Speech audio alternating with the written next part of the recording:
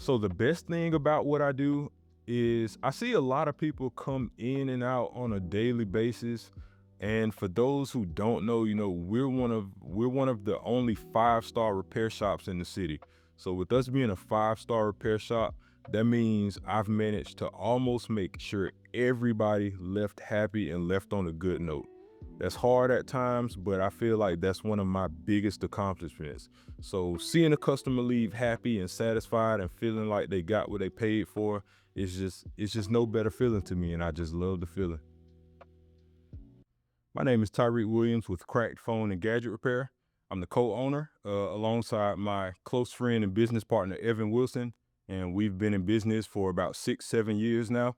I just wanted to give you a little story and a little info on how we started the business.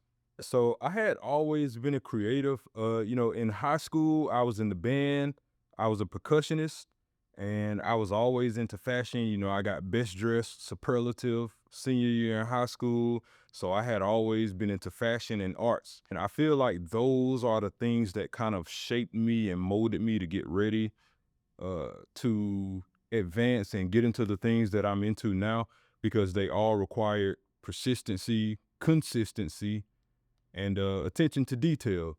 Right after high school, I did go off to college for a while. I went off for about a year or so. I was kind of unsure about what I wanted to do. I came home from college and I did end up getting a job at a cell phone repair shop.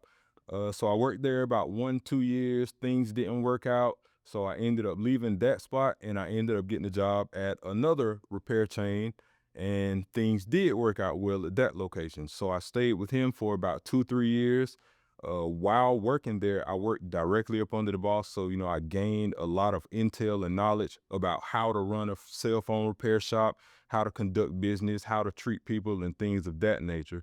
So after I was done with that endeavor, I decided that I wanted to go ahead and move forward and do my own thing, because again, I had learned so much knowledge and uh, customer service and things of that nature up until that point that would really enable me to run my own business and do my own thing. I ended up leaving that repair shop and I decided that I want to start fixing phones from home and start offering mobile services.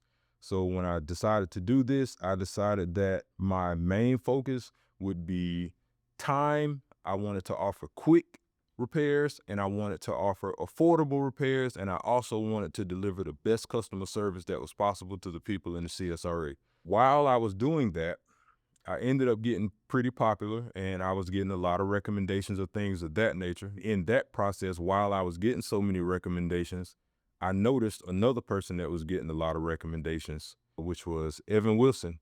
So how that works is on social media, people will post a status and ask who fixed phones. And I start noticing that he was getting tagged just as much as I was getting tagged. So sooner than later, I reached out and I asked him like, hey bro, I see what you're doing. I see the grind, I respect it, and I like to come together, and see what we can form, so instead of competing against each other, we can come together and compete against bigger competitors like Apple, CPR, and companies of that nature. So we ended up coming together and we ended up getting our first location on Gordon Highway. We rocked out there for about 4 to 5 years, and then we ended up getting a second location. Just within that first 4 to 5 years of being on Gordon Highway, we did go through a lot of trials and tribulations, because the thing is, me or Evan didn't have any formal training as far as running a business, money management, customer service, or anything. We just hit the ground running and everything was trial and error. And it was kind of one of those things where we just learned as we went. So with us having no formal certifications, we did decide to do our due diligence and get at least Apple certified. So we did take a course and we both did get Apple certified in 2019. And of course, us getting Apple certified enabled us to gain a lot of trust within the community. After we got our certifications, that instilled the confidence in us to really be able to provide these services for the community that we seen necessary. This also pushed us forward to go ahead and really work on branding and marketing. After we got our Apple certifications, we ended up reaching out to Jasmine Moore and we told her we needed a logo. She got back with us with a logo and a name. We loved it. It sounded really good. And that was the start of Krack'd Phone and Gadget Repair. Once we got the marketing and branding done, that's when we really started feeling official. So from there, we really had to start operating like an official business. So that's when we started focusing more so on the things that we really wanted to provide within our community, which was the best customer service, the best pricing, and the most time efficient repairs. A little bit about the types of repairs we do. We repair phones, laptops, PCs, gaming consoles, TVs, just about anything electronic, you name it, we fix it. Another thing we focus on is quality repairs. So we try to make sure when you come in that you feel like you've gotten what you paid for and you receive the best customer service when you do come in. So we do warranty all work and we provide top tier customer service. We provide lifetime warranties on all repairs. We guarantee all parts and all service. And so once we started focusing on those things, it kind of started paying off pretty fast because before we knew it, we were servicing about 30-40% of the people in the area who needed electronic repairs. And we kind of became that central hub for knowledge in electronic repairs. One thing we really wanted to focus on when starting this business was integrity, community impact, and honesty.